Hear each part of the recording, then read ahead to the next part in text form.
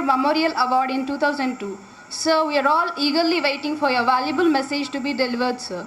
The president of today's function and the secretary of Siddhartha Academy, and a man who did phenomenal work in the past 2 decades or more for the spread of education, particularly higher education, but I think even school education in Vijayawada and surrounding areas. Shri Subbarao Garu, the distinguished guest of honor and Director of Medical Education, Professor Sai Gopal, the principal of the college, Dr. Mathura Garu, the superintendent of the hospital, Dr.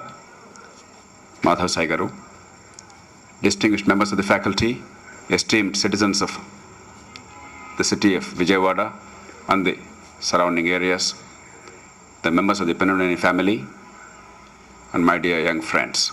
I am truly delighted to be here this afternoon. And 2 things strike me as I go around the beautiful campus here. The first is a sense of envy. I myself went to medical school in Guntur, which is now 60 years old. This year we're celebrating 60 years. The guest of honor went to Andhra Medical College, which is now, I think, now almost a century old, close to a century old.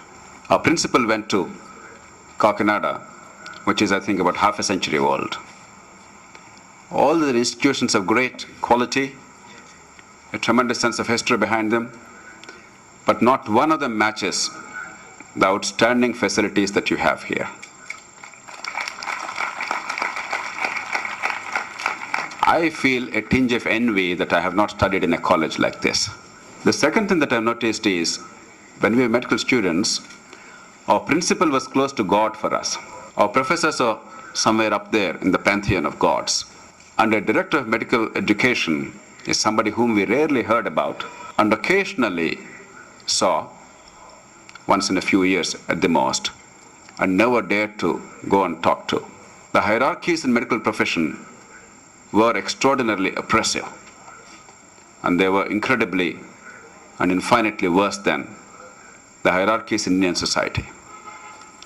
Today what I noticed is a sense of democracy, a sense of ease in your relationships with your teachers, with your professors, with your management, which is the way things should be. There must be respect for seniority and for our teachers, but not fear.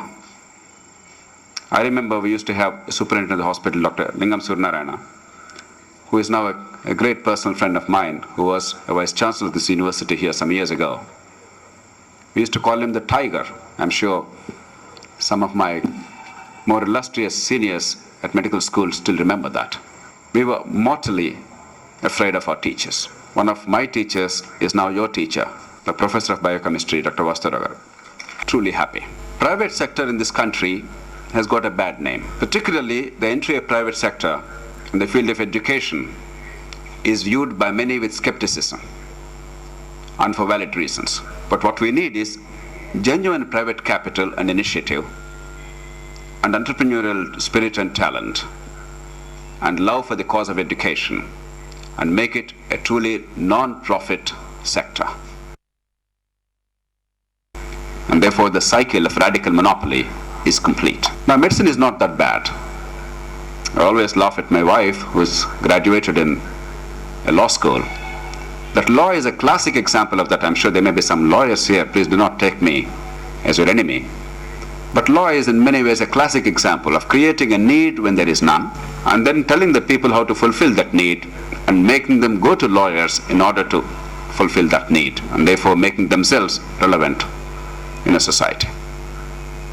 Medicine certainly is nowhere near that. Medicine, like teaching, is a truly noble endeavor which meets a genuine felt need in the community.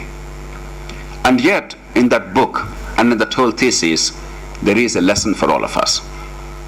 That sometimes we forget what this is about. That the profession is about the people. That the person that comes to you for assistance, for help, is actually doing you a service, giving you a glorious opportunity to serve. That you have in your hands an extraordinary skill, which is truly divine, which not only alleviates suffering, but often actually saves lives, prolongs life, and makes life worthwhile. Do not ever lose that sense of wonder and that sense of privilege that you have as physicians. Do not take it just as any other profession or any other education. I remember the first time as an intern when I was passing by the wards of actually a neighboring ward. I was not even in charge of that. A student nurse ran to me with tears in her eyes, saying that the patient suddenly collapsed. And the attendant physicians were not available there. That was about 1 or 2 o'clock. The lunchtime, there's supposed to be a turnover, and then one chap has left, the other fellow has not come in yet. And when I went there, it appeared to be a clear case of a coma, obviously it was. And from the case history, I could see that that lady was a diabetic, about 75 years old. But I was not certain whether it was a diabetic coma or insulin coma. The classic dilemma in case of diabetes. And then in those days, we had the old-fashioned techniques. If I put in the catheter, did a test for ketone bodies in urine, and found that there were no ketones, and therefore I confirmed my suspicion that it was actually an insulin coma, not diabetic coma. Not a hyperglycemic coma, but a hypoglycemic one. And of course, as you would know, in the next 2-3 years, it's one of the most dramatic cases for a physician to encounter. If you simply inject intravenously hypertonic glucose, the patient who is on the deathbed literally sits up in 1 minute. And it's almost like cinematic heroics. When the patient sat up within 1 minute, I remember the elation I felt, and I remember the humility I felt when the 30-40 patients and attendants around actually went up in applause. It's a rare privilege to be a doctor. It was with extraordinarily heavy heart that I left medical profession, because I felt that India needed something of a different kind too from many of us. It's not because I did not like medicine. Even today I do practice medicine on many unsuspecting patients, including my family and friends. Do not ever lose the sense of wonder, for heaven's sake. It's a glorious, it's an extraordinarily noble, it's a wondrous profession. The second appeal I'd like to make to you is, while medicine has many glories, do not ever forget that we are human. We are all mortal. Not only are we mortal as physicians, but are people mortal. All living beings are mortal. Sometimes we forget that. Ostler, a great surgeon, had the humility to say long ago, and I'm sure some of you must be going through that. I'm sure Dr. Nageswara is telling you to read that book, Equanimitas and many others. He said, I only dress the wounds, God heals. Now, I do not know if there is a God or not. And those of us who do not really know whether there is a God, we could substitute God for God. But the fact is, much of our work is actually done by nature. We are merely agents here to accelerate the process where we can, facilitate it in general, and at least not harm the patient, and that's the least we can do. Unfortunately, in recent years, while there is phenomenal technological advance, and that's what the guest of honor was speaking about, and we all should be proud of it, we should take advantage of it. I have a nagging suspicion, maybe I still am old-fashioned in that respect, that there is over-dependence on gadgetry, over-dependence on technology, forgetting that medical science ultimately is both an art and a science, and it is your skill in dealing with the patient that is the most critical determinant. In the clinical medical volume, Hutchinson, in those days, we used to have one quote at the beginning. I'm sure if it's still, I don't know if it's still there. And our professor, V.S.L. Murthy, used to always remind us of that. When you walk on the corridors of this great hospital, the ghosts that haunt at night will confront you, and they will ask you a question. They will not ask you, why did you not understand the significance of the electrophoretic pattern of the gamma globulins? In those days, that was the most sophisticated investigation that they could think of, and now I'm sure the MRIs and all sorts of things that I cannot even name. You have far more sophisticated things. But those ghosts are not going to ask you why you did not understand the significance of those sophisticated diagnostic tools. They will ask you, doctor, why did you not do a rectal examination? Doctor, why did you not test the urine for ketone bodies? Do not ever get lost in the gadgetry. It's important, but it must be your tool. It must be your slave.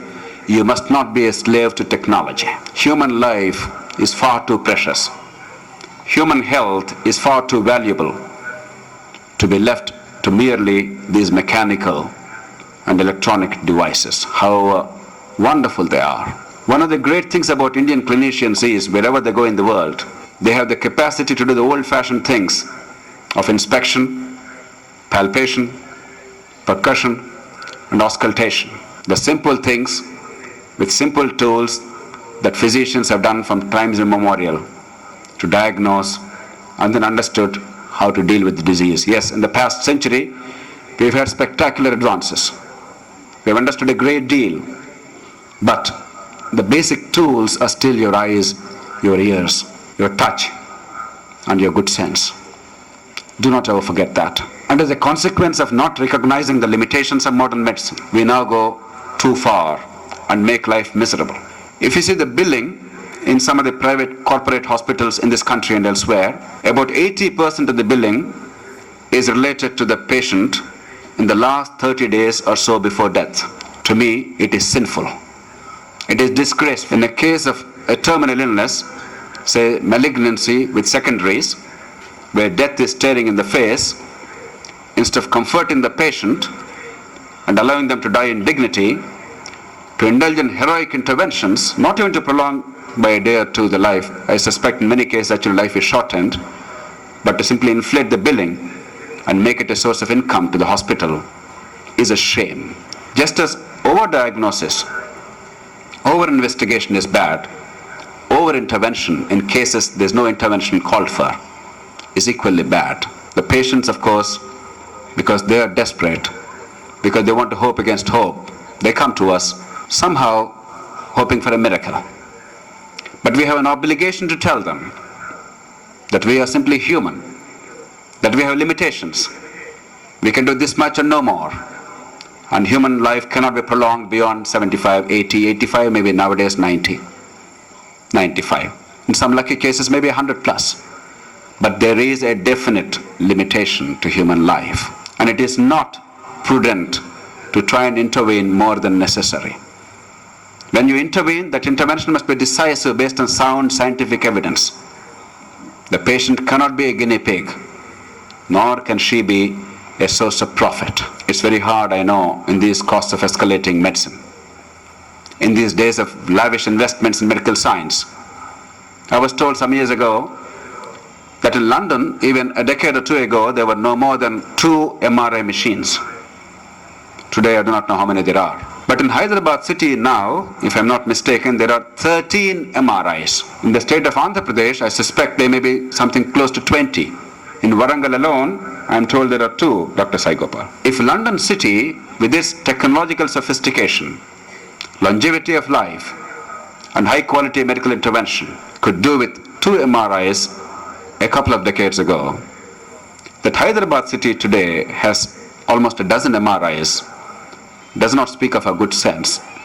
It speaks of both our stupidity and our greed. Neither is desirable.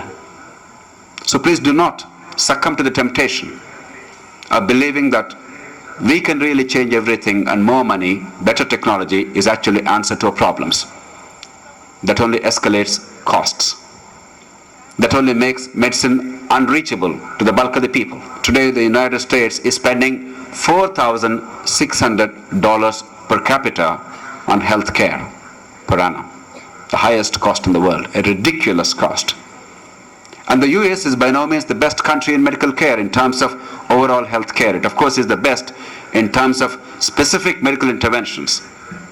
But it's not the best country in terms of health care. It ranks 24th in the world today in terms of disability adjusted life expectancy. It's a shame. Britain spends 1/3 of that money. Britain is far superior in terms of health care quality for its people.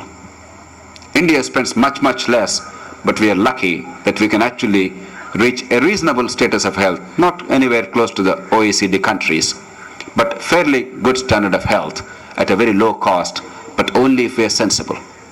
Do not, for heaven's sake, fall prey to the temptation of merely imitating the United States. The US is a great country. It's a glorious country.